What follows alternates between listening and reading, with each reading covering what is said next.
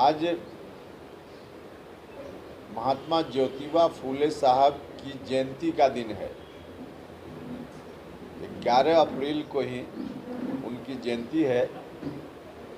आज यहाँ हम सब लोग महात्मा फूले समता परिषद की ओर से इस जयंती के अवसर पे उनको याद कर रहे हैं, उनके चरणों में श्रद्धा सुमन अर्पित कर रहे हैं। पूरे देश भर में और दुनिया भर में जो इनके विचारों को मानने वाले लोग हैं, अलग अलग नाम से बहुत सारा संगठन है लोगों का, और सब लोग आज के दिन उनको याद करते हैं। उसी क्रम में हम लोग भी आज उनको यहाँ याद कर रहे हैं। और न सिर्फ हम लोग याद कर रहे हैं, बल्कि बिहार की सरकार भी सरकारी रूप से जयंती मनाने का फैसला आज नहीं 2010-11 में ही बिहार सरकार का भी हुआ था, और तब से बिहार की सरकार भी कर रही है। महात्मा फूले समता परिषद फूले साहब के विचारों को प्रचारित प्रसारित करने का काम निरंतर करते रहता है, और उसी क्रम में जब हम उनको याद करते हैं तो हम लोगों को अंदर से ताकत मिलती है। और महात्मा फूले समता परिषद उनके विचारों के प्रचार प्रसार के लिए कार्यक्रम भी समता परिषद की ओर से होते रहता है। और उसी कार्यक्रम के सिलसिले में एक अभियान के रूप में जो कॉलेजियम सिस्टम है देश से की न्यायपालिका, सुप्रीम कोर्ट और हाई कोर्ट में जजों की बहाली के लिए,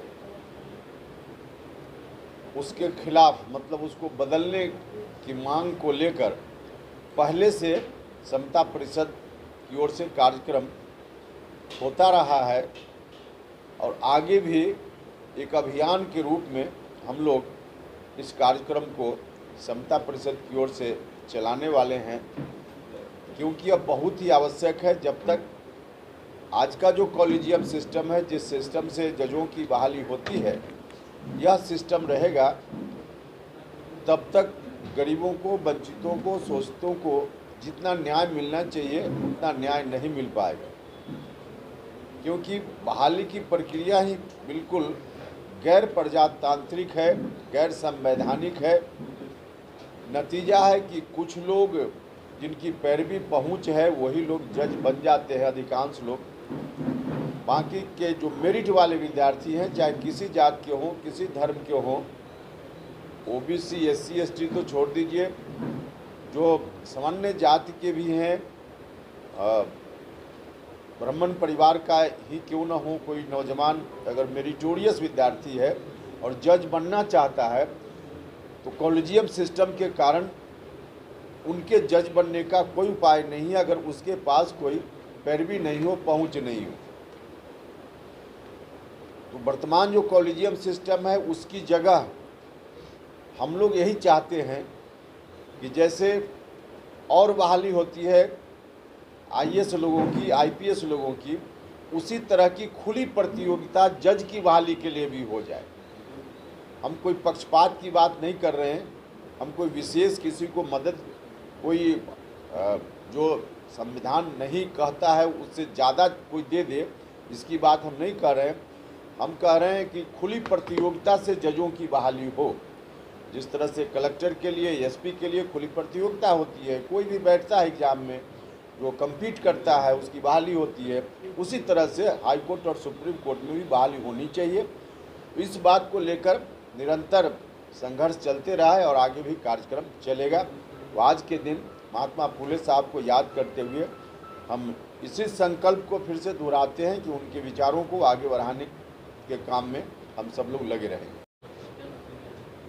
अब तो झा में तो वोटिंग है, उसके बाद परिणाम आएगा तो देखिएगा। एनडीए वहाँ है ठीक ठाक स्थिति में, एनडीए की जीत होगी। पर तेजस्वी का तो कहना है कि 4 से 5 दिनों का इंतजार कीजिए, परिणाम आएगा तो सबको मालूम चल जाएगा। अरे वो तो हमेशा ही बात, जब उपचुनाव था तारापुर का और कुशेश्वर स्थान का, उस समय भी यही बात बोल रहे थे, और जब काउंटिंग हुआ तो पता चल गया। तो इस बार बोलने के लिए उसी बात को दोहरा रहे हैं फिर काउंटिंग होगा तो उनको पता चलेगा। कि विधान परिषद का चुनाव हुआ तो उसमें जेडीयू का इतना बुरा परफॉर्मेंस कैसे रहा? नहीं, बुरा परफॉर्मेंस नहीं है, ऐसा नहीं है कि बुरा परफॉर्मेंस है। हाँ, जो अपेक्षा थी उसके अनुकूल बहुत नहीं है, लेकिन ऐसा भी नहीं कि बहुत बुरा परफॉर्मेंस है। अब अपेक्षा के अनुकूल क्यों नहीं हुआ उसकी समीक्षा हम लोग करेंगे और फिर बताएंगे कारण क्या हुआ। देखिए रिजल्ट को लेकर तो मुख्यमंत्री तक पास शेयर हो जा रहा है कि कैसे आ गया, जब मुख्यमंत्री पास शेयर हो जाता है नहीं, इसलिए हमने कहा कि अपेक्षा के अनुकूल नहीं है, लेकिन उतना असामान्य भी नहीं है।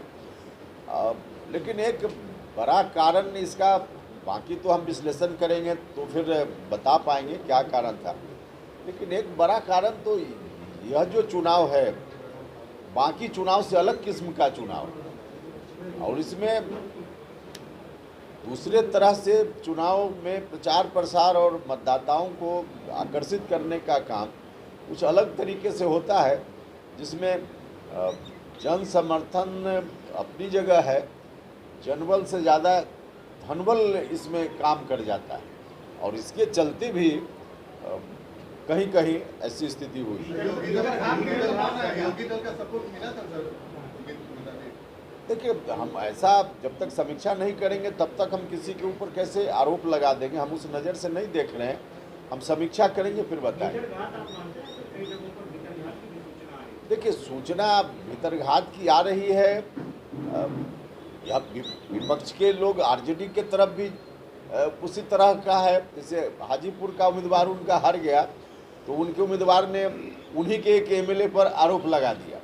तो इस तरह की सूचना अलग अलग दल में आती है जब भी कोई चुनाव होता है, लेकिन उस सूचना के आधार पे हम अपना मत निश्चित नहीं कर लेंगे ना।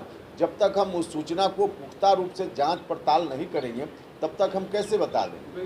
बार-बार नीतीश कुमार की नेतृत्व को लेकर कई तरह की चर्चा हो रही है, क्या आपको लगता है कि नीतीश कुमार एलिवेशन के मूड में है या नीतीश कुमार को एलिवेट किया जा सकता है? नहीं, देखिए, उस पर तो बहुत बात हो गई है, रोज रोज बोलने की कोई ज़रूरत है नहीं। सीधी बात है, एनडीए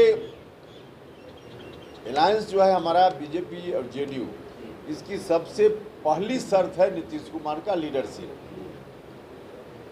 तो जब तक एनडीए है तब तक यह शर्त रहेगी। नीतीश कुमार एनडीए के बिहार में नेता रहेंगे, मुख्यमंत्री हैं और रहेंगे, इसमें कहाँ कोई कंफ्यूजन।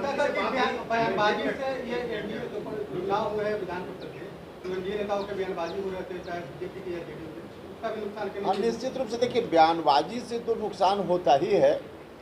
अब इसे कैसे हम इनकार कर सकते हैं कि रोज कुछ बयान आते रहे और उसका नुकसान ना हो।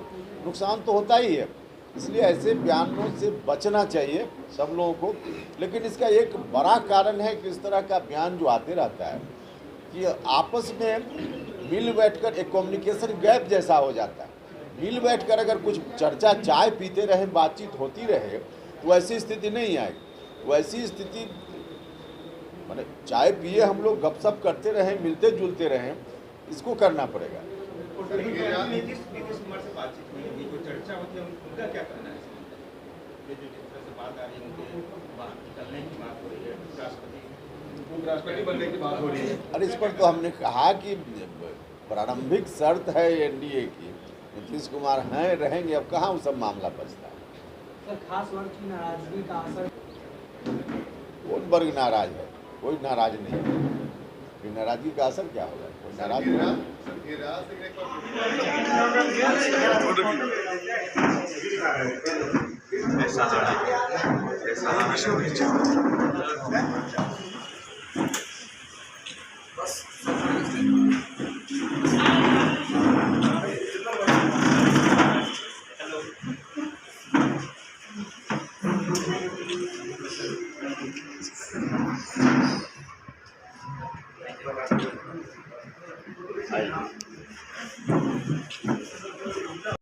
सूचना है यह, जहाँ जहाँ मुस्लिम बाहुल्य जो प्रदेश है आप देख लीजिए, वहाँ की आबादी कहाँ बढ़ रही है। केरल की आबादी देख लीजिए कहाँ बढ़ रही है। यह तो भ्रामक प्रचार किया जा रहा है कि उनकी आबादी बढ़ रही है, कहीं से उनकी आबादी नहीं बढ़ रही।